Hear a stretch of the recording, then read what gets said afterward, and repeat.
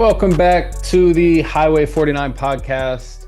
We are back with episode 115 of the show. And guys, it's here. Football is back. It's game week for the Charlotte 49ers. This is going to be a jam-packed pod talking pretty much everything about the team, a full season preview. We're going to talk quarterback, strengths of the team, give our team MVPs, record predictions, hit the mailbags, answer some questions from you guys. But first, before we dive in, as always, best thing we've seen this week. Jeremy, you look thrilled, absolutely thrilled right now to be on this podcast. So talk to us, man. What's the best thing you've seen this week? Yesterday, Liverpool versus Newcastle. I was watching that game at 3 p.m. I think it was at 8 p.m. They're 5 hours ahead of us. And 99th minute, 100th minute, Rio Engamoa, the 16-year-old, gets subbed on and has a game winner. So I have my jersey here. Liverpool pulls out that crazy win.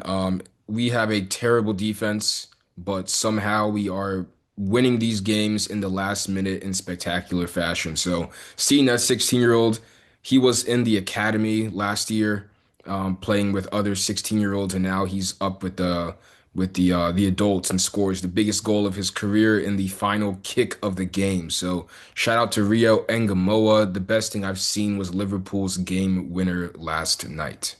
Hannah, how about you? That's awesome. I didn't know that you were so into soccer either, so that's really cool to find that out. My brother is a Chelsea fan, so Mm, mm. a little rivalry there. Yeah. But the best thing, I have two things. First and foremost, it was so good to see you guys like actually in person today for the press conference. It's been a hot minute since all three of us have been together in person, so it was just a fun moment to catch up a little bit. And secondly, I mean, come on, we got to talk about the breaking news that just happened.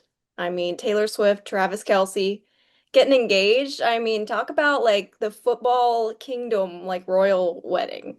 Um, I'm not the biggest like Taylor Swift fan, but I think that this is pretty awesome that it came up on my ESPN app that she was, breaking news.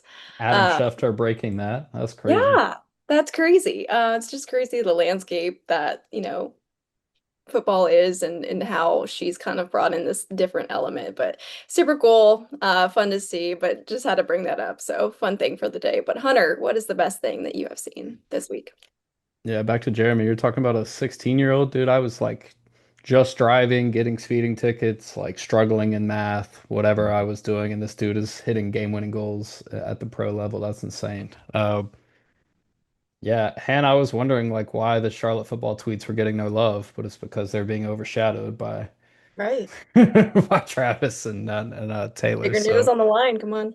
yeah, this is massive. But for me, saw the movie Weapons a couple weekends back. Went up to Montana with my brother. Good to see him, and then good to watch Weapons, man. Crazy movie. If you haven't seen it, definitely check it out. But Jeremy, let's nerd out for like 2 minutes and then talk football, man. What did you think of the movie?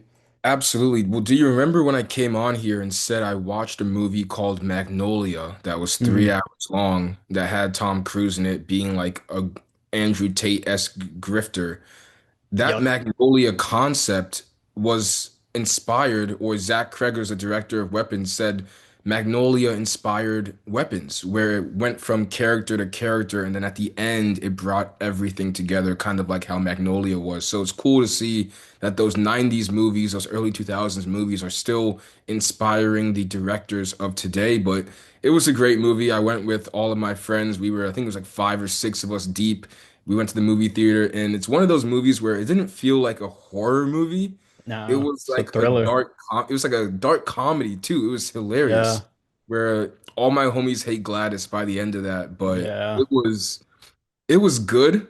It was really good, and I that's why you go to the movies, man, to just look over at your friends and be like, "What are we watching right now?" And at the end, it's just like a 4 minute scene of just laughs. Yeah. As I wasn't gonna spoil anything, but the ending was so funny, and I wouldn't say it's a horror movie, so please go out and watch Weapons. Great movie, doing well at the box office. Only had like a $38 million budget, and it's already made $250 million plus. So really Oh. good for movies, the box office in general. But yeah, Weapons was a great movie, and now we can move forward. But man, I mean, horror movies might be back because Sinners, Weapons, we have some good stuff coming up in the future. Yeah, Jordan Peele's coming with a football horror movie, I which think it's looks called crazy. Him. Yeah, him. Yeah. Never Yeah, seen I anything saw the like that. preview for that. That looked crazy. No doubt. But speaking of football, let's talk that. Charlotte did have some news break yesterday midday. Pete Thamel broke it. Connor Harrell is the team's starting quarterback at least to open the season. Super. I mean, we haven't been able to talk to the quarterback since media day. They pretty much shut it down and said like we knew Tim wasn't going to talk about it. They weren't going to budge. Players were all media trained not to talk about the battle. But we have the result finally. It's Connor Harrell transferring in from North Carolina. Played a couple seasons there under Mac Brown. Actually started in the Charlotte Tar Heels game last year in Chapel Hill. Played all right that day and actually played at Bank of America Stadium a couple years ago, filling in for Drake May against West Virginia. So he beats out Duke transfer Grayson Loftus and then Southern Miss slash JUCO transfer Zach Wilkie, and they'll take the opening snaps. I'll start with Jeremy and go to Hannah. What were kind of your thoughts on it, and just overall what Tim had to say about the QB battle today?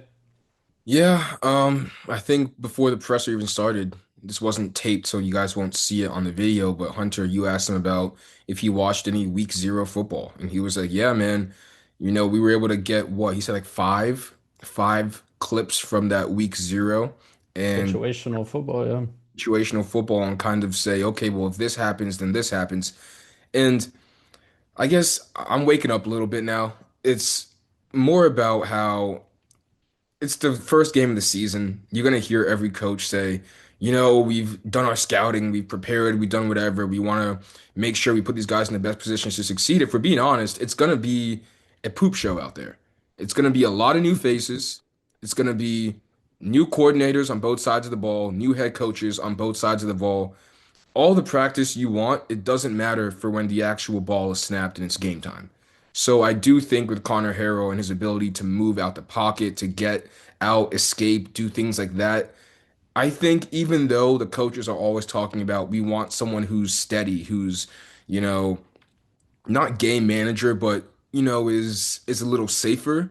When you really come down to it and think about it, in a game like this where anything can happen, where poop hits the fan, you want to have someone that can just make something out of nothing. And I think that Connor Harrell might be that guy. So, first initial reaction, I think that's why maybe he got the nod above maybe Zach Wilkie or Grayson Loftus. But you can't underestimate how much that matters now when sometimes you don't want to have to think, do I run now or do I pass? It should just be an instinct. And I think maybe it might be more of an instinct for Connor than it is for the other two quarterbacks at this moment. Yeah, I absolutely agree with that. I mean, for me personally, I was not shocked that he was named the starter. I've had this feeling that since he's had the most experience, just the way the schedule lines up just a little bit with week two with Carolina, it was kind of writing the script just a little. And then once he was announced one of the captains for this season, I was like, that's kind of a no-brainer. You can't have your one of your captains who's a quarterback not be your starting quarterback. That's kind of a bad look, I think, to start off the season.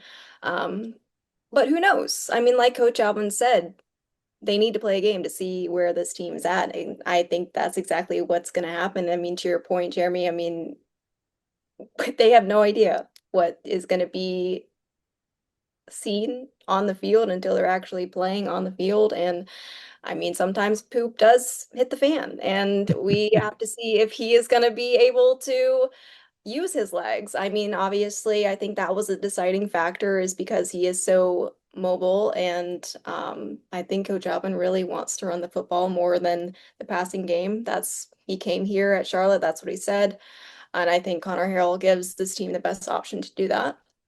But it'll be interesting to finally get to see him in action and see this whole team in action, especially under Coach Alvin's new era for Charlotte football. Yeah, no doubt. I thought they kind of doxed themselves when they named him as a captain, put him out there. And I tweeted out, you look at the other four, they're all starters. I mean, two of them came with you to media day. You know they're going to be impacts. One of them came from Ohio. The other is an edge up for a massive college football award. So you felt pretty good about that. But I'm glad it's the battle is at least over for now, and I hope it stays that way all season. Go ahead, Jay. Yeah, I had a rec basketball game yesterday, and they started out playing zone against us. And one of my teammates hit a corner three early in the game, and I told him at the timeout that three was huge because in a zone, if you hit an early three, it makes them have to change their entire defensive I'll close style. out.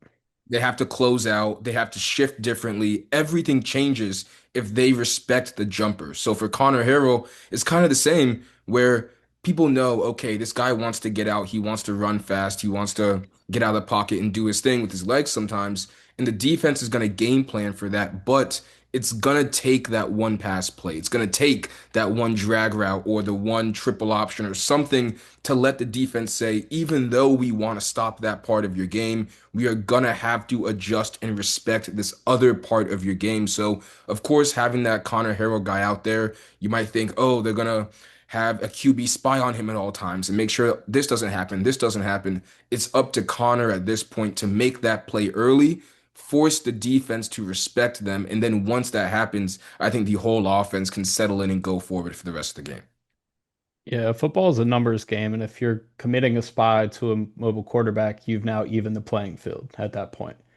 And so, for example, so last year at Ohio, so over the past few years, Tim Alvin's won in different ways. They had Curtis Rourke, who went to Indiana. He was Ohio's quarterback for a couple seasons. And you saw what he did at Indiana. He took him to the college football playoff, had a massive season. So he was more of the in the pocket guy. He could get out of there and scramble if he needed, but wasn't a lot of design runs. But last year, I think, and I haven't watched every single Ohio game yet. I think I'm at 8 or 9 of them. But when you look at last year's Ohio team under Tim Albin, they scored 29 points a game, and 61% of their plays were run plays. That happens when you have a dual threat quarterback. They had Parker Navarro. He rushed for 1,000 yards. Their tailback went for 1,000 yards, and they had 1,000 yard receiver. So they were, I mean, they had a great offense. That's how you win 11 games. Charlotte has literally never had 1,000 yard receiver. So I mean, if that happens this year, that's super exciting for them. But Tim Albin can win multiple ways. But watching how they operated last year, a ton of it was out of the pistol. There were some RPO games, and I think, I mean, that was Connor Harrell's bread and butter at Carolina. Whether it was just scrambling, getting out of the pocket, or a designed quarterback run, I think his like the value he's going to add on that front. Jeremy, what you mentioned, like all this is unscouted football. App State is studying Ohio film. They're studying LSU film for Todd Fitch, Southern Miss, Vanderbilt. Like this is, I mean, and I think Mike Solarte asked him today, is this the hardest game you prepare for? Because there's no film. I mean, App State is in the same exact position as Charlotte. I think they have 57 new players. And I thought it was interesting that, however, the news got leaked to Pete Thamel that Charlotte showed their hand. Like I was legitimately shocked, especially knowing that earlier that day, right, Dow Loggins, the Appalachian State head coach, said, quote, we have 2.5 or 3 guys still in the race. And it's so there, I mean, we don't know who's going to start for them. They have AJ Swan, who played at LSU and at Vanderbilt. They have JJ Cole, who's a 6'7" quarterback coming over from Iowa State. I mean, he might as well go to the NBA. Like the Hornets might need some help, man. So see what's going on there. Those are the two kind of lead dogs in that battle. I assume one, if not both of them, will play. But the quarterback position, I think, is the biggest wild card. And like I say, we went all this time, spring to fall to game week, not knowing the quarterback. I was just admittedly a little bit shocked that they let the cat out of the bag, right? Because I mean, it gives it up a little bit. We talked about knowing that what he likes to do. I guess I'm a little shocked on that. From there, I want to talk some of the strengths of the team, right? We've quarterback. We don't know who it's going to be for Appalachian State. We have Connor Harrell for Charlotte, but strengths of the team. Hannah, I want to start with you. Offense or defense, what do you think is probably the biggest, like how Charlotte will stake their claim this year, position wise? Well, honestly, I think after hearing Coach Albin, especially after Jeremy's question to him about the defense today, kind of solidified that he's really excited about the defense. And that was something coming in that I was a little questionable about because obviously last year defense wasn't good. Bad. So I think defense actually might be a strength this year. I mean, you said up the middle, they're very strong on defense, solid five deep on linebacker, five or six deep at safety. So I'm really excited to see if that is actually a strength. Obviously, we haven't gotten to watch a ton of action on the field because practice has been limited and not really, scrimmages are scrimmages. You can't really see a lot of contact, but I think that's going to be an element of strength. I'm also excited to see how now having a starter on quarterback because last year, we're coming into the season with who's going to be the starting quarterback, who's going to lead this offense. Maybe having a definitive leader on quarterback might help this offense to shape up a little bit. We have some key elements at wide receiver, running back. I think the offense might be a little bit more explosive than it was last year. I mean, you have Sean Brown coming back in for another year of eligibility. We'll talk about Henry Rutledge later on, but I think he's going to be a key contributor this season, especially, with his history on special teams. I think those are a few areas where Charlotte is really going to thrive this year. I think special teams is one of those areas for me, especially like kicking and punt return. I mean, kicking especially, we lost Steven Rusnak, and so I think that's an area That's where, massive. That's yeah, that's massive. He didn't huge. miss last year, yeah. I'm a little bit worried about, I know we're not talking about weaknesses, but I'm a little bit worried there. But as far as strengths, defense, I think might be very solid. And I'm excited to see what having a definitive leader for the offense will look like. I'm hoping I'm right in that sense, and maybe we'll see some promise there as long as Charlotte can consistently move the chains. I mean, we've heard nothing but discipline, discipline, discipline is his mantra. So I'm hoping that that proves to be seen on Friday. Yeah, in terms of strengths, I mean Sean Brown, that's one. On defense, we Dog. were there. Yeah, baller, but we were there at the presser today. Heard Tim kind of tell us about his defense based out of a 4-2-5. They have 7 to 8 guys up front. They want them playing anywhere from 30 to like 37-ish snaps a game. And he says in his 37 years of coaching experience, when you have guys that can have fresh legs come in constantly, rush the QB, keep some pressure on that part, usually it will yield success. So it doesn't seem like there's some heavy hitters on that D line where it's okay, this guy is just gonna have to be out there. It's gonna be more of who's playing well. I mean, Hunter and I talked to Todd Fitch coming up on a month ago now. And he stressed, I know he's offense, but he stressed consistency. And he said for every position, no one has their job. Like if Yeah. you play well one week and someone has a great practice week, and then plays well in the next week, sorry, it's his now, and you got to earn it back. So I think that having so many rotating pieces might actually be a benefit for this team and for this defense. And he's been saying it too. And we've heard Zach Wilkie say it to us when the defense was kind of injured early on. They came back for training camp healthy, and he said they've been, putting work on us. We heard Tim Albin say that they've been a pain in the rear for the offense. So everything we're hearing is that the defense will be good, or at least they're excited about the defense. So I'd say that would be the strength right now, from my perspective. Yeah, let's take a step back really quick and think about today's season opening press conference versus last year. The 8 or 9 injuries, the give Man, I forgot. myself an F minus on the training camp to today. I asked Tim Albin, give us an injury update. I was kind of just waiting on some crazy shit, but Yeah. just one wideout Adam Hopkins having a lower body injury. It's it's night and day. I forgot about that. You just gave me some trauma flash, to be honest. But the one thing that I think, this isn't really a strength or kind of off topic a little bit, they just want to play, man. And Yeah, something he said that I wrote down is we can practice another 3 months and not make any progress. They yeah. think right now the only way they're going to get better is by actually going out there, snapping the ball against someone that isn't themselves, and then being able to watch some film, adjust in real time, and actually put what they've been planning, not on paper anymore, but to actually do it on a field. And I think that's really exciting for not just us, but for Niner fans and for everyone who wants to watch and love football, because these games, like I said in the beginning, these games, everyone, you spend so long, you spend an entire year scouting a team, and the second the ball snaps, everything goes the opposite of what you think it's going to go. So it really just depends on who's able to adjust the best. And I do think that with the personnel and the defense that Charlotte has right now, they do have a good shot on coming out on top. We'll see.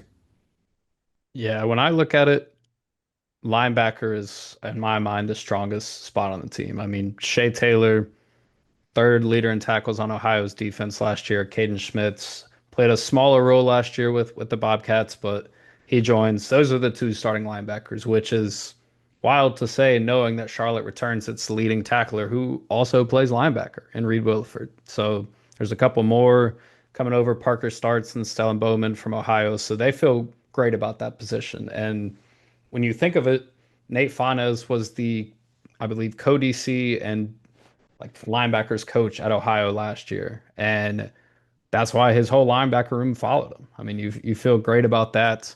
The scheme is the same, and we're talking about a defense that was ninth in total defense and fourth in run defense last year, on their way to winning 11 games and basically pitching a shutout in the MAC championship. So you feel good philosophy wise about what's coming here. Now the question is, what's the talent level like? Obviously, it's a little bit of a step up, the American versus the MAC, and the opponents, the quality of teams you play. And then we're talking about two in-state teams to open the season. So linebacker is where I say this team is going to hang its hat. We know Shea Taylor is going to wear the helmet mic, make the calls on defense. He's been on this pod. Definitely check out that episode. I talked I talked on Twitter. I did like a ask me anything while I was stranded in the Phoenix airport due to a flight delay, but I said some of the weaknesses I thought were defensive tackle and corner. Main reason for defensive tackle is there was a point where they only had two on the roster during so much transfer portal warfare in the offseason. So the guys that we know are coming back, Ayo Tafasi from Florida State, Jalar Holly from Miami, he's been here the past 4 years. You need those guys to step up big. And then there's a lot of unproven talent behind them that you're hoping, okay, let's see. Because Jeremy, you talked about guys playing 30, 35, however many reps. These guys aren't being going to be in game shape right off the rip. I mean, there are going to be people that have to come out of the game. Like, there's not going to be like an Aaron Donald on the field who talked about like a stud that has to play all 70 defensive snaps because he's the guy. And I think when people hear that, they might be like, oh man, Hunter's right. I might get down on myself. But like Tim said, whatever they're going through, we are too, and vice Yeah. versa. Whatever we're going through, App State is also going through. So expect them to have the same tired guys, to have, miscommunications due to a lack of chemistry, due to new faces. All of these things that we're having discussions about for Charlotte, App State is having too, which is why I'm really excited for this game. Yeah, and when I think of the offense, I think that's the biggest thing. When we talk to these guys after both scrimmages, they're saying, "Hey, defense won the day. Defense won the day." Receivers coach Paul Turner told us that after the first couple days of camp. That's how it was in 2023 with Biff Poggi. We were actually able to watch the defense that year. They finished, I think it was 55th best, which is one of the better years for Charlotte football on the defensive side. You gotta hope the offense is better than that year, though. And when I think of that season, that's Jalen Jones. That's a log jam at running back. That's little to no receiver talent. You have a similar type quarterback now, a dual threat guy. You've got, I won't say a log jam. You've got some proven guys at running back, and I'm really interested to see kind of who is the main guy. We're hoping, we've said this before, you hope Henry Rutledge is in the fold. CJ Stokes saw a little bit of hope, glimmer of hope from him last year before injury. Rod Gainey Jr. is another young guy, and then Cameron Smith coming in from Western Illinois. So there's definitely options in the backfield. This is the time where I wish I could watch full practice to tell you guys, hey, this is the bona fide number one receiver. This is the guy you're throwing to on third and long when you need to move the sticks. I think the best kind of option we can give you on that is we know what Sean Brown can do. He led the team in catches last year, had over nearly 500 yards, is back for his seventh and final year of football. We know some of these guys like Justin Olson flashed early in the season, but who are guys like Jaden McGowan, Jalen Hampton that are coming in, and can they be X factors? So we'll find that out soon enough. But yeah, when those bullets start to fly Friday night, it'll be a good time. With that, while we're taking shots in the dark, let's talk MVPs. Offense, defense, and special teams. So we're gonna go offense, give our three defense, and then wrap with special teams. So say Jeremy, you want to start offense, then Hannah, then I'll wrap. Yeah, I'll be pretty quick with this. Offense, I'm actually going to go with Sean Brown. I just think at this point, the constant that he is at that wide receiver position. I remember all of us in the press box last year, and we saw some of his plays, some of his catches. He hit the Jordan shrug on some of them. You know, you guys just had Sean Brown onto that on the pod. Great episode, but I don't know many of these guys, and I feel like last year we kind of had this same thought with the receiving core too. There were a lot of new faces. You didn't really know what happened, and there were a lot of productive players, and Sean Brown still had a good year. And I think this year he'll be able to translate that as well. So for offense, I have Sean Brown. For defense, I'm gonna go with JQ. I'm gonna go with or JC, Jaquarius Conley. Um, we spoke to him at the press conference today. He said too, man, hey, I don't want to hit any of my teammates anymore. I want to hit someone else. I want to hit someone wearing a different jersey than I am. So I have him for defense and special teams. I feel like this is the most basic thing, but I'm gonna go with Henry because that guy, and I'm glad we got to speak with him. You can tell that it's his last year. He knows it is, and he just wants to have that last hurrah. And I really hope that Charlotte gives him the opportunity because we know, and Hannah knows, as she tells us every week last year, get Henry the ball because good things happen when he touches the rock. So offense, Sean Brown, defense, Jaquarius Conley, and special teams. I'm going with my guy, Henry Rutledge. Think those are some pretty good picks. I think we're going to have a lot of similar answers here since we haven't really gotten to see the team in action. But for me, let's start offensive player. I also had Sean Brown. His name did keep coming up as I was thinking about this. I was going through the roster. I'm like, okay, who's a guy that I think is going to stand off the page this season? For me, I after talking to him on the last pod, I think he has a lot to be grateful for. I think he still has more to prove. And I think we're going to see that this season. I think he is fine-tuning his skills. He's just a great person to be around and talk to. I'm excited to see how his game elevates this year. I mean, he led the team in receiving last year, 470 receiving yards. So I think he's definitely going to be a stable piece for the Charlotte offense. And then defensive player MVP. This one was hard for me to sort through the different guys on the roster. I'm going to go with Shea Taylor. I think he's going to be a really crucial asset for Charlotte's defense this year. I mean, last year at Ohio, he tallied 72 tackles.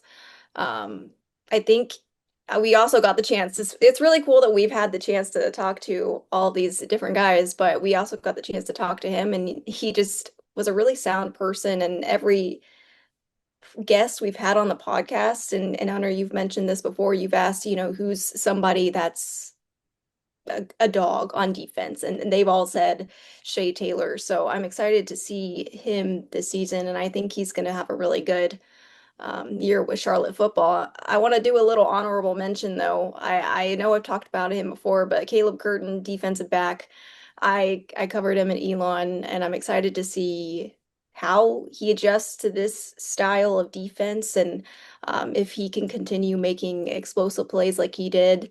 A ton of interceptions for the Phoenix was just a crucial staple piece for that defense. So I'm excited to see what he brings to the Queen City. And obviously, it's no question for me, special teams. If my offensive player Henry.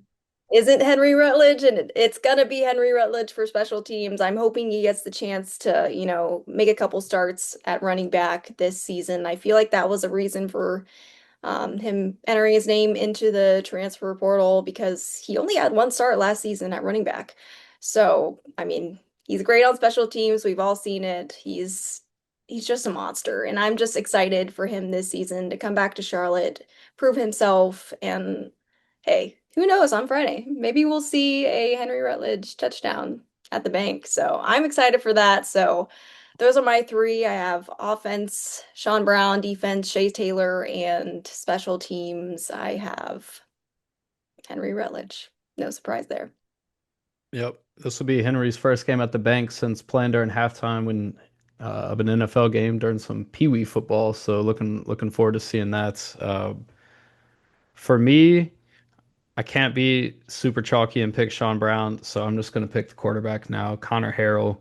Uh, when you watch Ohio's offense a season ago, like I said, Parker Navarro was the straw that stirred the drink for them. He was kind of a do-it-all guy. He did was relatively high turnover. He threw 11 picks.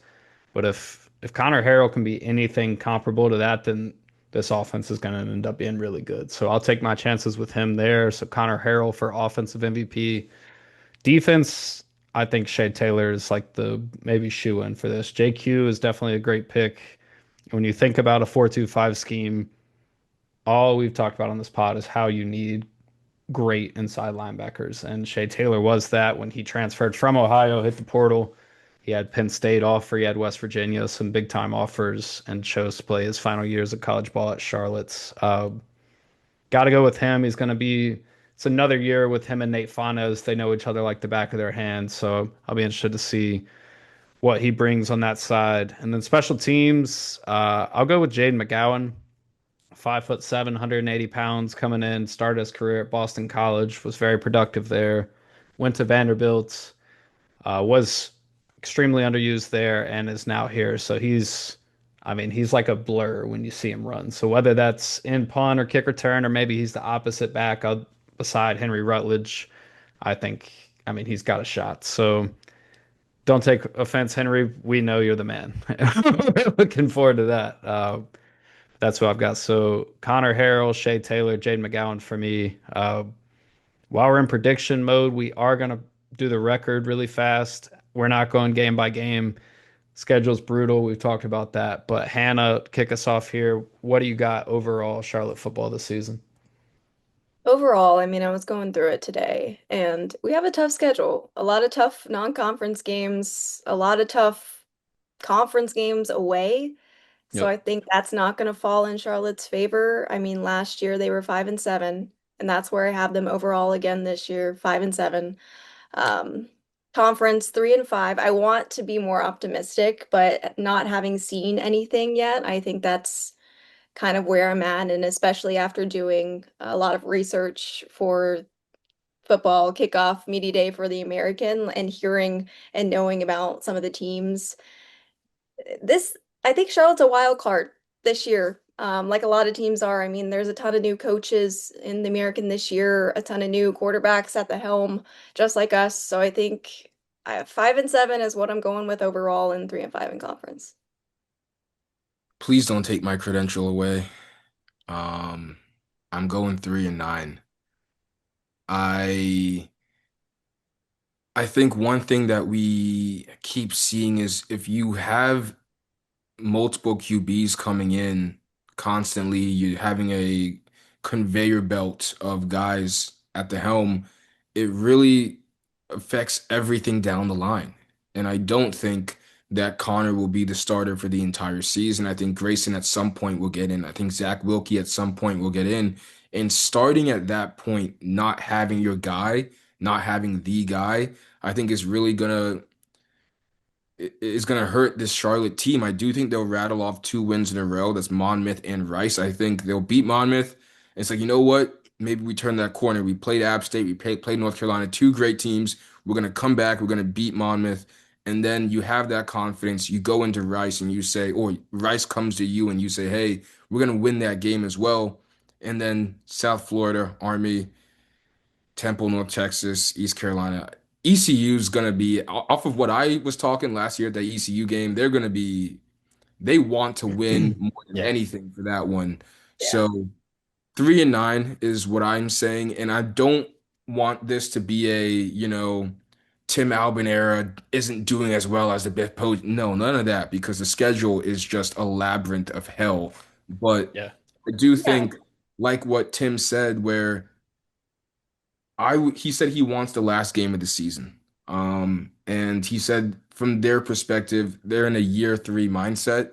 And of course, you can have a year three mindset, but that schedule doesn't care what mindset you have. Yep. So I'm gonna go 3-9. I think it'll be an exciting 3-9 as I know that's me trying to like put sprinkles on a pile of poop that I just did there, but 3-9. Yeah, yeah, exactly. But I don't know, man. I just show me a team that has three QBs You're being and Yeah. realistic, which yeah, is, yeah, show me a team that has fair. three QBs and rattles off 5, 6 wins and makes a bowl game because I don't think you can point to many. So that's why it's the first year of Tim Albin. I hope that, the identity he wants going forward he will be able to shape it and mold it throughout this season. But I do think that this is a tough schedule and it does not give you any favors going up against some heavyweights early on. Yeah, I'll give some context to everything Jeremy just said, and then I'll give mine. So Charlotte's win total, Vegas odds is set at 3.5. It was set at the same the past two seasons. They won five last year. There were times where it felt like I don't know how they won but one game last year. And then at the same time, it's like they're one short of a bowl. When you look at Tim Albin season openers, this game is massive, right? You win this game, your looks a lot different. You're looking at maybe 3-1 getting ready to go into week five.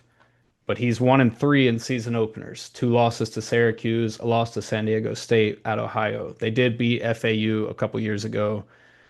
Those are just a couple numbers, kind of get your mind around it, and then I'll give you mine. I'm at 5-7 as well, similar to Hannah. First couple games, very tough. Like I think this one is kind of a toss up Friday night just because we have no idea what to expect. But just in the same boat last season, a Biff Poggi coach team, obviously different, going against a Sun Belt team with a first year head coach in JMU, we had no idea what to expect and they got dog walked. Not to say that that's going to happen this year, but just to kind of, like I say, give some context. When you look at the schedule, Bill Belichick is North Carolina's head coach. You know they're going to be a sound football team. Monmouth is a top 25 FCS school. That's not going to be a pushover game. That's not I don't even want to say at Gardner Webb. We saw what they did with Charlotte last year. Rice is going to be a brand new looking team. They've got Scott Abel coming in from Davidson. That's a homecoming game from him. He was a Davidson head coach for 5+ years. And then you get into kind of the thick of the schedule. You're going to Army, who won the league last year. I mean, Temple, first year head coach, North Texas, first year head coach, ECU, first year head coach. And then you look at the last three. UTSA is going to be a major player in this conference this season. They always are under Jeff Traylor. Their offense has a lot of options. I think they'll get their defense figured out. At this point, you're kind of wrapping up conference play. You have a super late non-con game between the hedges at Georgia. I mean, number five, Georgia. Like, we know the result of that. Then you go to Tulane, who was in the conference championship game last year. So as I mentioned, the last two teams or the teams that played for the American Championship last season, they are on the road at both of those places. That's not favorable schedule wise for Charlotte. Super tough games all the way around. So yeah, I'll sit at 5-7. I do think Jay, you're right. You get to 2-2, hopefully 3-1 if all the marbles fall the right way after the first four. Yeah, I think the record doesn't mean as much to me more than what happens week 6, week 7, Yeah. when if stuff isn't going the right way, hopefully it is. If it's not, like Tim said, how do you finish? How do you finish the last 4 or 5 games of the year when, right now you're in Bank of America Stadium in 3 days, right? You guys are some big dogs in North Carolina right now. You got App State coming in. You got all these broadcasters coming in. You're the talk of the town right now. 7 weeks later, what's the vibe of the team? What's the Yeah. mentality of the team? And that's why I think the identity and what Tim Albin wants to, instill in this team is massive because you can get discouraged if stuff doesn't go the right way. If it's week 7 and all three QBs have had playing time, you still have to say, hey, it doesn't matter. We have these games. Like Tim said, we want to beat Tulane last game of the season. We want to put up a fight. So I get it again. I'm saying 3-9. I know the line set at 3.5, but I'm more interested on how this team fights because, of course, not every loss can be weighed the same. And I would like to see this team show some fight near the end of the season, even though the schedule might be tough overall. And that's exactly why I've got them at 5. Like they're going to win one of these games where they're a dog in. It's going to be whether it's App State Friday night, whether it's a big game out South Florida, UTSA at home, ECU on the road. Like they're going to win one of these games in those tough situations. And let me quickly say, what happens if they beat App State? Where? what are we talking about? Where is this team? What's like the conversation around the team? What's the game week look like going and preparing for UNC to come into Jerry Richardson Stadium? I think there's a lot of juice at that point. I mean, you're coming off of a huge win against App State, who both teams, like we've said, are kind of up in the air. It's new programs, new head coaches, and then you're going into week two at home versus Bill Belichick in Jerry's place. Like the juice will be flowing. Um, Oof. I think I think there's a lot of momentum that can ride to the back half of the season. If Charlotte does win this first game, I think it sets the tone, obviously. But it propels them for a home opener that then you're like, okay, if they can beat App State, what can they do? I think it obviously will bring in a lot of exposure for the team, a lot of more coverage, which I'm sure we'll see. But I think it's all up in the air right now. But I think it'd definitely be a huge deal for Coach Albin for one, and for Charlotte for two. Yeah, what an introduction that would be. I mean, he came up on his presser and said, "Wow, we're gonna win." So if you follow it with that, just logistically for week two, I mean, the Tar Heels play TCU in the opener on Monday. So they're on a short week. And then they are coming for Bill Belichick's first true road game to Charlotte for week two. So I will say if the Charlotte 49ers beat a Bill Belichick head coach team, I will have seen it all. I will have seen it all. That's all I can say. I won't even get into like what the result of the Chapel Hill game would be, but for game week going into that game, I know the Niner fans, you know that meme of the Grim Reaper going from door to door? Yeah. And Charlotte fans gonna be like, we took down ECU, that's gonna be one of the doors. And then it's gonna Yeah. be like, we took down App State, that's one of the doors. And They then already got Duke. it's Yeah. got Duke, and then they're gonna be going to Chapel Hill. So that this is why college football is amazing with the week to week, game basis where even though the spread is 6.5, this is anyone's game. It really is with so much moving parts, with so many new faces on both sides of the ball. And when you think about Tim Albin and what he kind of not promised, but what he said in his introductory press conference, I think a win against App State allows every Charlotte fan to just take a big sigh of relief and Mhm. say, we found our guy. I think that the ECU game with Biff, it sort of did that, but then you saw how it rebounded in the games after. I think App State's a whole different story where you're playing in Bank of America Stadium. You have more eyes on you. And talk about a way to enter in to a new era, excuse me, in the Tim Albin era. Because if you can put up a fight, you're in the fourth quarter, something goes your way, a kick goes your way, a throw goes your way. Man, I couldn't think of anything better for this university and for this football program. Because you got to think too, going forward. Now you have that cachet saying, "Oh, those guys, the recruit, the transfer, we beat them guys." Yep. So I think everything changes with a win on Friday night.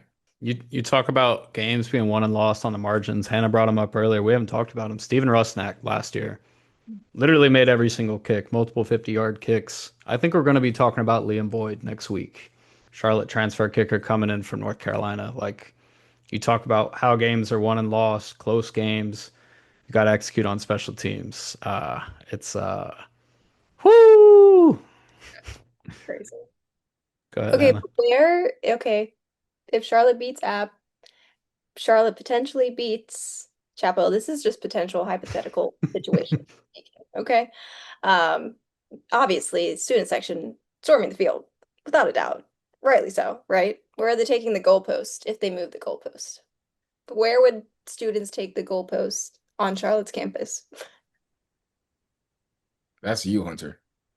Ooh, to the Chick-fil-A and Prospector, man. Where else? No, I'm just kidding. I have no That's a great idea. action. It's a great. I don't know, dude. That's insane. That's a question I think for the fans. Yeah. Just a odd question that came in my head, but So I hate to do this, but if we play one side, we got to play the other side.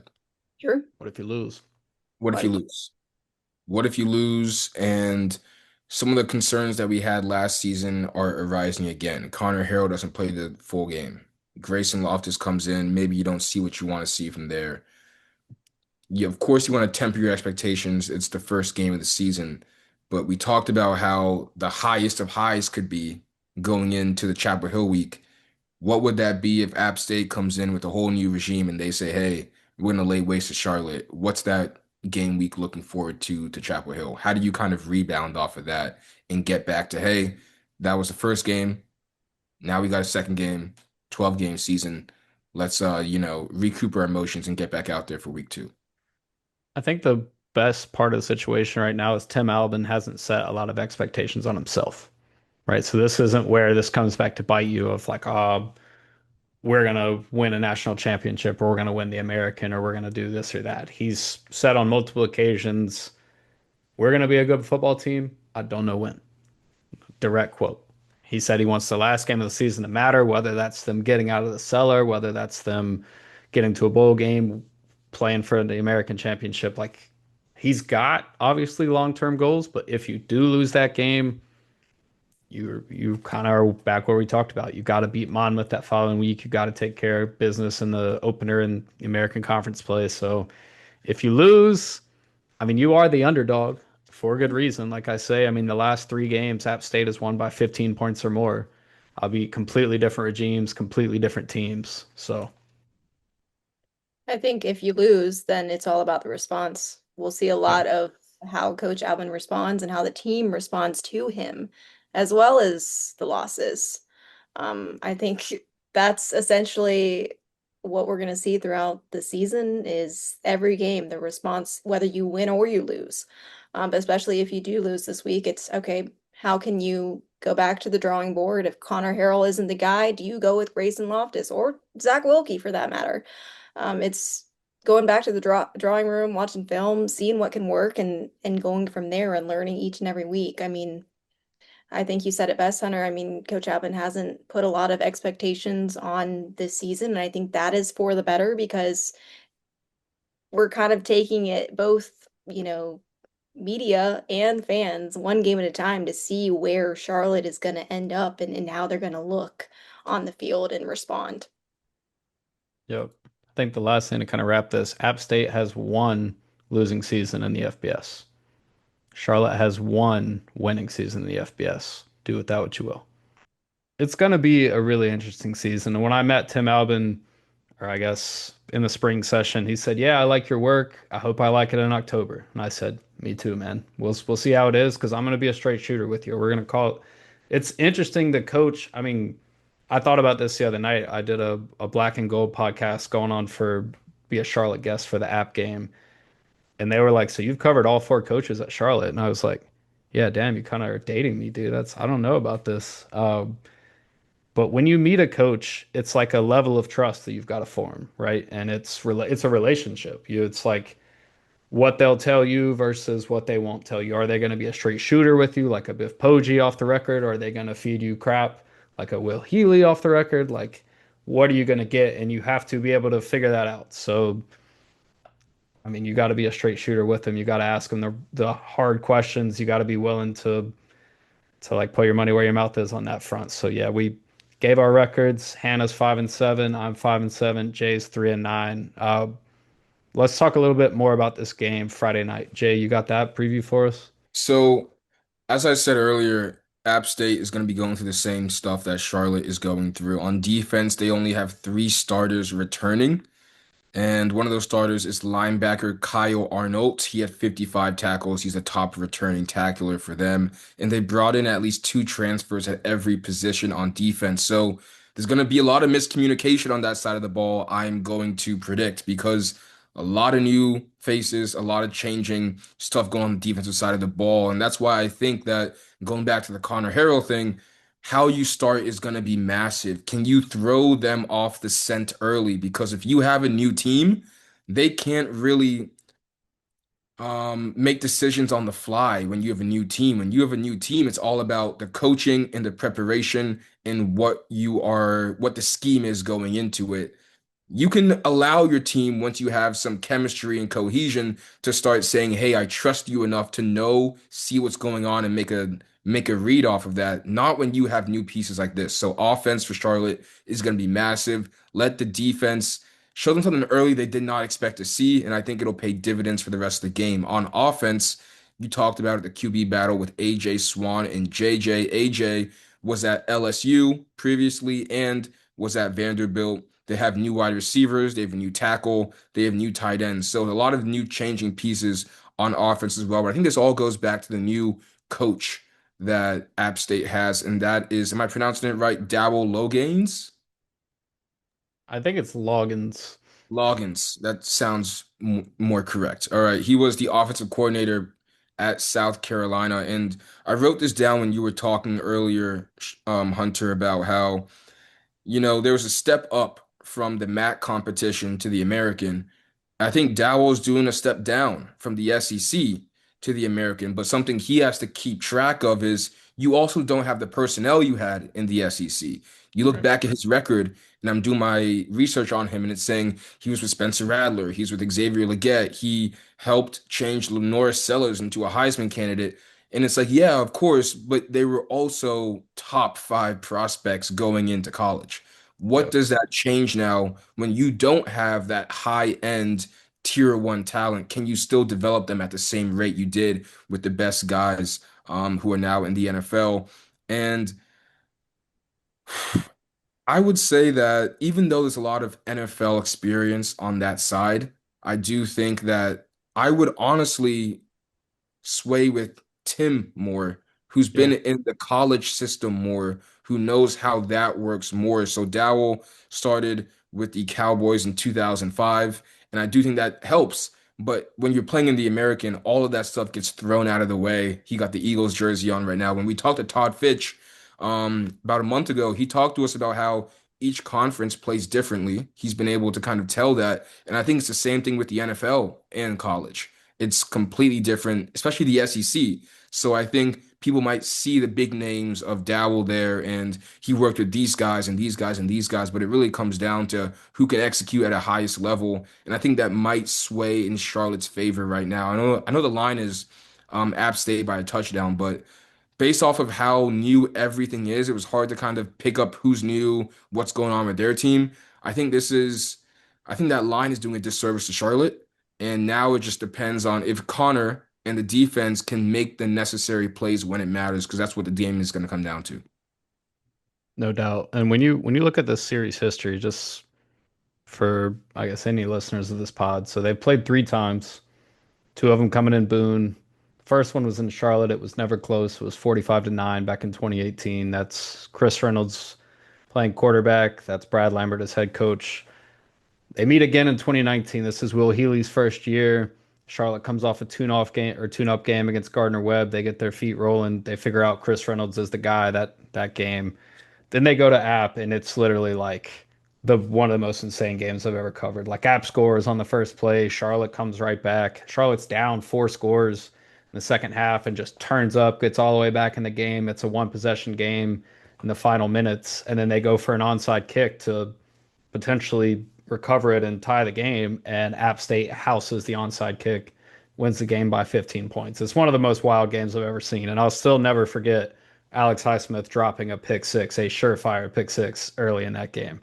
He's definitely not listening to this. But when you think of those types of game, they meet really fast. One more time. They met in 2020. The only thing I remember about this day is getting a speeding ticket on the way to the game. There's no fans at the game. It was raining. It wasn't a good game. Like Tyler Murray had a massive game. I think he had like 14 and a half tackles. I guess say all that to say is every single game App State has had control late in the game. It's been one scores in the fourth quarter the last two games, but App State has had the game in hand when it mattered most. Charlotte's going to have to get this game to the fourth quarter in a one score situation to win on Friday night. And we can't sit here and tell you who the playmakers are going to be for either side of the ball, but we both know I think Charlotte has the benefit at head coach or the advantage at head coach. Dow Loggins has been an offensive coordinator. He's been all around. He's never been the head man. Tim Albin has done this the past four seasons. He's won 10 or more games 3 years in a row.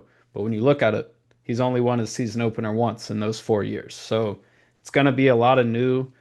And you're right. I mean, when you look at the line, it's 6.5. The over/under is 50.5. The only thing I can tell you is every one of those Charlotte App games went over 50 points.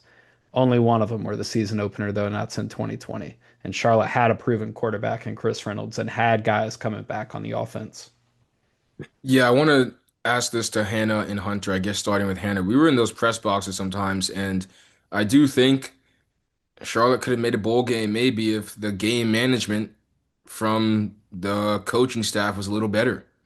Yep. When you called the timeout, when you decided to go for it on fourth and not go for it on fourth, stuff like that. In a game that could be tight, how important is it going to be for Tim and Todd and the coaching staff as a whole to get those, tiny calls right because it can blow up and either help you or hurt you later down the line. That's so important, especially in a late game situation. I mean, I think it's honestly going to come down for Charlotte and App in the fourth quarter. I don't think that Charlotte is going to get on the board right away. That's not something I foresee happening. Um, Last year, I told you that's exactly what they needed to do was get on the board first, but I don't think that's going to be their approach this year. I think if Charlotte can just keep the chains moving and limit the mistakes, I think that'll get the offense rolling. And as long as they're consistent and even keeled, I think that is definitely going to help. And I don't know if this is weird to say, but I don't really have any worry about Coach Albin making the right decision. I think he has a proven track record. He has receipts. I mean, we've seen it in the MAC. And so I think, yes, it is crucial. I mean, because that's how you win games. Those little mistakes, those are costly. If you make the wrong decision, you go for it when you're not supposed to, or you don't go for it, those will haunt you. They'll keep you up at night. So those little things that you have to really pay attention to, I think those will definitely play a key factor in this one. I think it's going to be a slow transgression to the fourth quarter, and then it's going to come to a late game situation for Charlotte there. But yeah, super important, and I think we got the right guy in Coach Alvin to make those smart decisions. Definitely. So earlier I mentioned Charlotte's missing receiver Adam Hopkins. App is missing their starting running back. They expected Kanye Roberts to be the guy this year, the workhorse back. He suffered a season-ending ACL tear in practice. And similar on the other side, I mean, Don Chaney Jr., Louisville transfer, played at Miami, transferred into Charlotte, was Charlotte's lead back all through the spring. He's no longer with the program due to academic reasons. Both teams, I think, are going to be running back by committee Friday night. And we talked about earlier players getting in game shape. It'll be interesting to see, like even in the trenches, who's playing every rep. I'm looking forward to that PFF snap count. One cool thing for this game that Tim said today is the commissioner of the American, Tim Pernetti, is going to be at the game. I got a chance to meet him, and I think one thing cool as well is we're going to get a player availability report this season, so we'll know who's playing, who's not for both teams. I won't have to walk around with a little notepad and try and figure that out. They're going to tell us 3 hours before kickoff, and I'm excited for that side of things. One other thing while I'm thinking about it, this game is wildly expensive. The ticket prices are stupid high for no reason. They should, like, I know supply and demand are one thing, but man, if you have a game at Bank of America Stadium and you're going to elect to have it there rather than on a campus for an in-state rivalry game, it needs to be an awesome crowd, even if that means dropping the ticket prices to get bodies in the stands. I was talking, like I said, on this Black and Gold podcast last night. He said people think of App State as like guys living in the hills, like living in Boone, things like that. But he said most of our alums live in the city of Charlotte. I think the UNC Charlotte alumni base is like 180,000 living alumni within the city. Like this is a 70,000 plus seat stadium. I don't think it's going to get close to that. Just what I've been hearing crowd wise. Buy tickets. Like whatever you got to do, go to that game. I think it's going to be an awesome crowd. And I mean, with it being in the city of Charlotte, you hope that's not predominantly black and gold. So I'm looking forward to it. I think it's going to be a really fun night at Bank of America Stadium. Play some football. It's about time, right? Yeah. Before we kick that off, Hannah, talk to us mailbag time. Yeah, we got a mailbag. A lot of good questions here. I was going through it, but let's kick things off. 49 Shades of Green asks, since App has not named a starter, do you think they're playing games or are they still having trouble finding a leader? I think even if Tim Albin and the staff took it to game day to decide, I think both teams know who's playing. You can't get this close and not know. Like you just Tim Albin said it at media day. He said we can't rep three guys into game week. Like you just can't. There's no chemistry, there's no cohesion. And especially if you're going to run any kind of RPO centric offense, it's all about timing. And if you don't have that high number of reps to get the right steps, to get like you can't be out there thinking playing football. You have to know exactly what you're doing and do it, or you're going to play slow, not be able to play as fast as you need to. So I think they know for sure. Jay, what do you think? Yeah, I'm right there with you. I think it's going to be AJ. Um, at this point, 3 days from game day, I don't think this is a last second. Are we sure? Are we sure? Are we going to triple check, quadruple check? I think it's going to be AJ, and I wouldn't read too much into this. I agree. We kind of already answered this question, but Terrell Turner said, "Who is the best stars on offense, and why are they going to help our offense more than last year?" And also asked, "How are the defense going to prevent the App State's offense from gaining yards or score touchdowns?" Very nice. So yeah, Yeah. all offensive stars. I don't know if there's going to be a standout guy like last year. I mean, we going into it, we thought Omega Blake would be pretty good. He starts the season slow and then has like one of the best receiving seasons Charlotte's ever had. Like he had 32 catches for like 800 plus yards and nine touchdowns. He literally tied the program record in touchdowns at nine with 32 catches. Like the kid was ridiculous, and we didn't expect that off the jump. So I think they've got a ton of new faces coming in. Sean Brown is someone we mentioned. Henry Rutledge is someone we mentioned.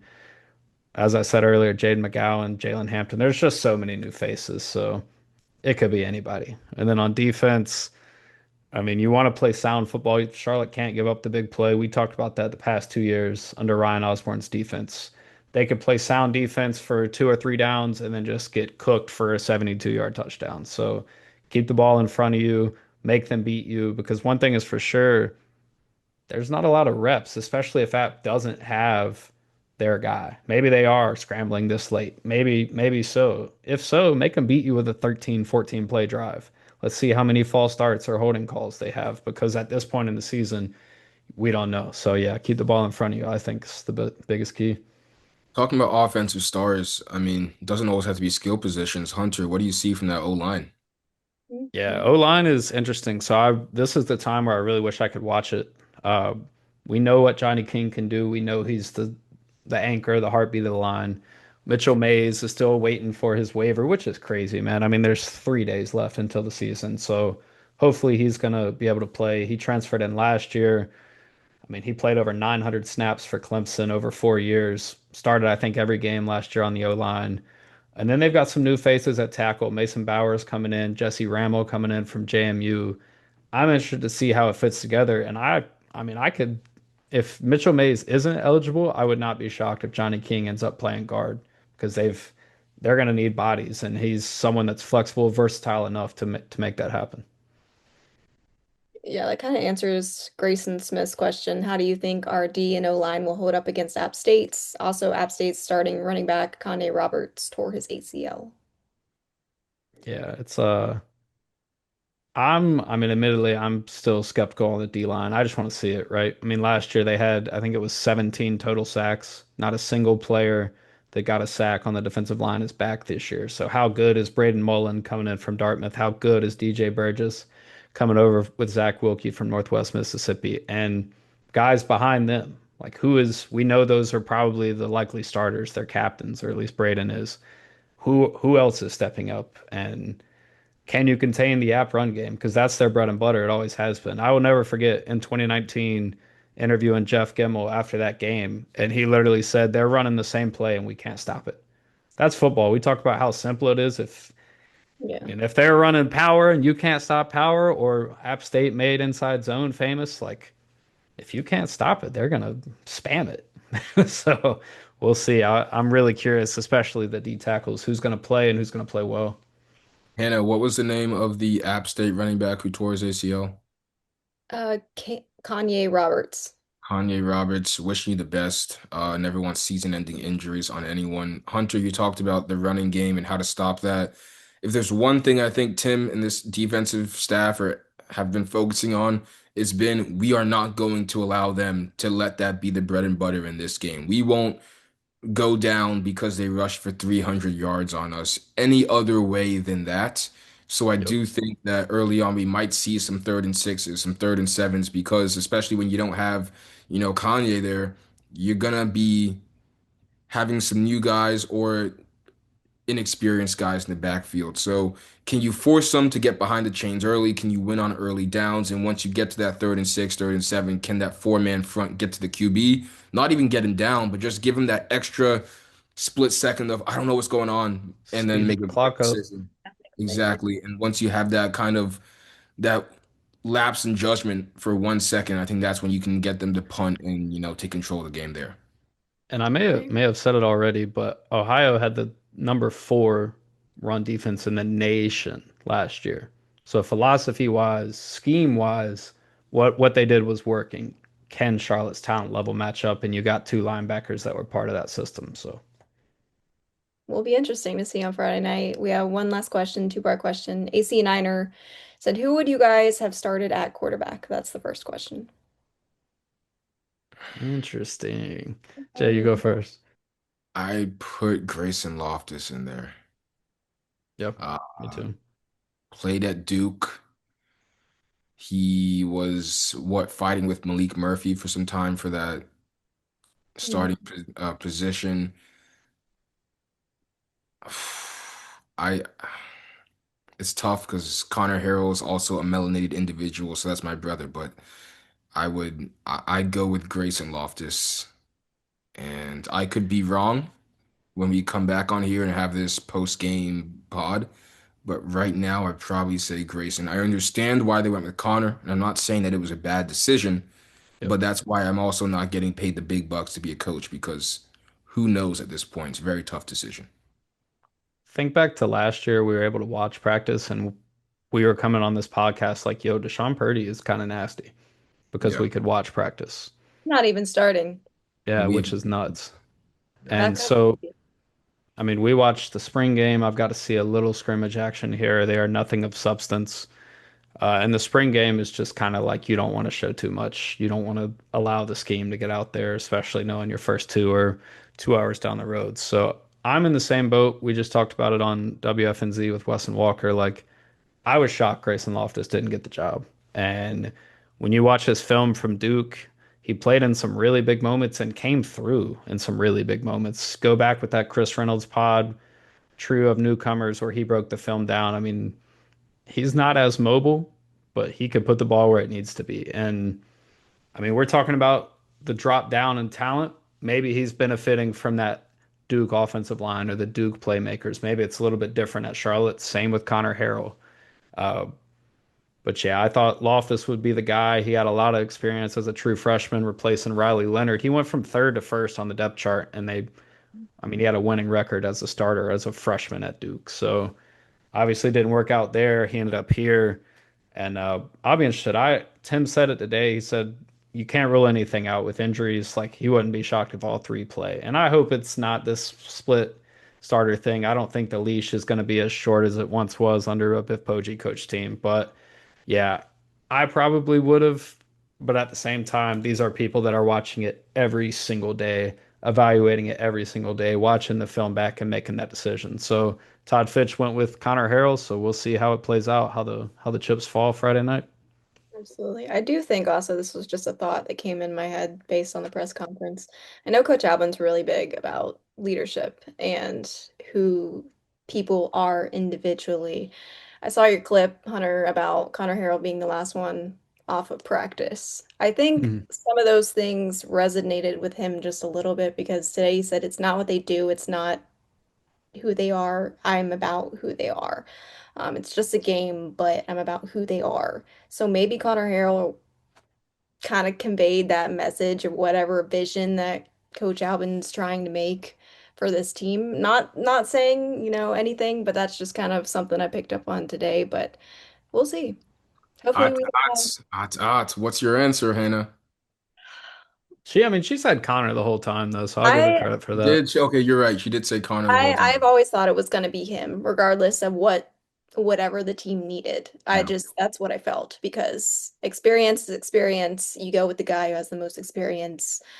I just know how some things work out in like a storytelling perspective. So that's just kind of my thoughts. But we'll And see. if anything, guys, if you've listened to this pod for years, you know that Hannah Stradamus usually comes out on top with these. Yeah, she does, dude. I don't know about that, So but It's I very appreciate historic. that. you feel Yeah. like the post game pod could be, you know what, Connor Harrell, he had a great game. The last thing I will say I again hope is, so. yeah, I in a hope that is the situation case. like this where it's so haphazard, you don't know what's going on. Maybe it's best to not have a guy who is a pocket, you know, pro guy, sit back, make a decision. Maybe you want someone that can get out the pocket and make things happen. So we'll see on Friday night. Yeah, We'll see. it's You go gonna ahead. be interesting. I'm excited to see the crowd, the turnout, all the green. It's gonna be fun. The last part of that question, I can answer this. Will Hannah be safe from the Albin post-win Mayo dump, or is she gonna be on the sideline? I can assure you that I will be safe from any Mayo. As far as I know, they don't have anybody on the sidelines doing reporting, but wish it would have been me. Boo. But I know I'll Yeah. still be there, You covering the rather team. get Mayo or slimed? Nickelodeon slimed. I think slime would be kind of cool. I think Slime, it'd be kind slime's of Yeah, cool. slime for nostalgic. sure. I'm Yeah. not a Mayo fan actually, so. Yeah. I have one like quick rant, and then we'll Mhm. let this in. I think college football should have joint practices. I Mm. I think think that would be so cool. Yeah. even if we like, I would hope we could be able to watch them, but like, man, that would Biff Poggi's biggest thing was he was like, yeah, non-conference is preseason, and we're all like, yo, no, it's not. This counts, bro. You need 6 wins. You only got 8 of them if you're not counting non-con, and it's like, well, what we're gonna see out there is like we're gonna see a lot of. Imagine Go App ahead. State Charlotte joint practice. That's the one thing I'm thinking. I'm like, these guys are like 18, 19 out there. Yeah. Just, Matter no, of they're fact, not, make it dude. open to the fans. Now, I mean, do it to raise money. Do it to, I mean, this could go to anything. It would Like, pique interest. It would raise money. Yeah. Yeah. even if it's just in the spring, dude, like give us something of, I think that would be so cool. I mean, we hear about secret scrimmages in college basketball, so I don't know why it's not a possibility for college I football. think part of it could be like classes in the academic portion of it, where some people, if they have to do a joint practice, would miss out on some classes. Potentially, but Or maybe you do it or on if like a it's summer Saturday school. or something. Yeah. Yeah. Yeah, that's a fair point. Yeah, you could always do it on the weekends.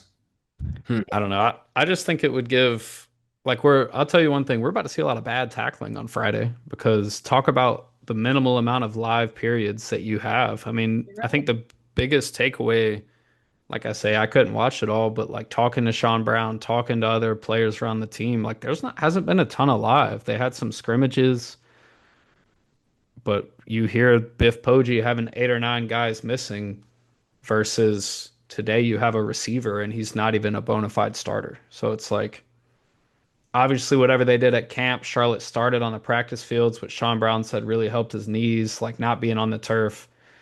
And Friday night you're on turf, you go from there. So I don't know.